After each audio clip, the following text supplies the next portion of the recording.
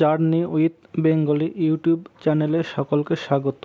চ্যানেলে নতুন হয়ে থাকলে চ্যানেলটি অবশ্যই সাবস্ক্রাইব করে দাও এবং বেল আইকনটি প্রেস করো।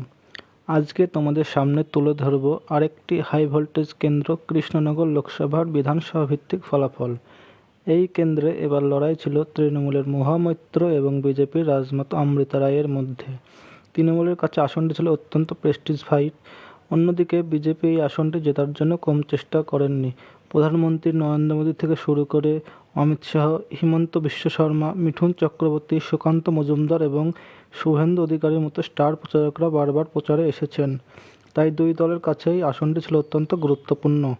কৃষ্ণনগর লোকসভার মধ্যে যে 7টি বিধানসভা পড়ে তা হলো কৃষ্ণনগর উত্তর, কৃষ্ণনগর দক্ষিণ, চাপড়া, তেহট্ট, পলাশীপাড়া, কালীগঞ্জ এবং নাগাশীপাড়া।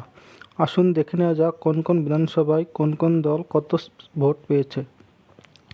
কৃষ্ণনগর উত্তর, তৃণমূল কংগ্রেস 65,568, বিজেপি 1,19,038। এখানে 53,470 ভোটে বিজেপি এগিয়ে ছিল। কৃষ্ণনগর দক্ষিণ, এখানে তৃণমূল কংগ্রেস ভোট পেয়েছিল 77,246, বিজেপি ভোট পেয়েছিল 86,184। এখানে 8,938 ভোটে বিজেপি এগিয়ে ছিল।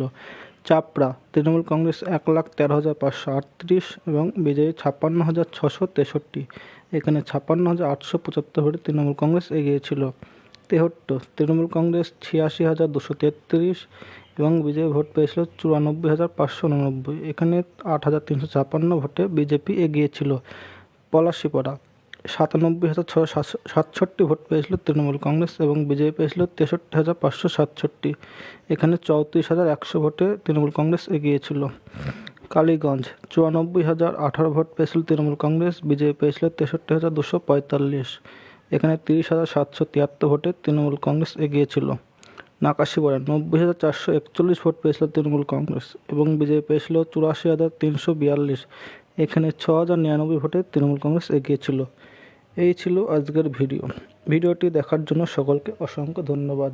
পরবর্তী ভিডিও দেখার জন্য অবশ্যই আমাদের পাশে থেকো।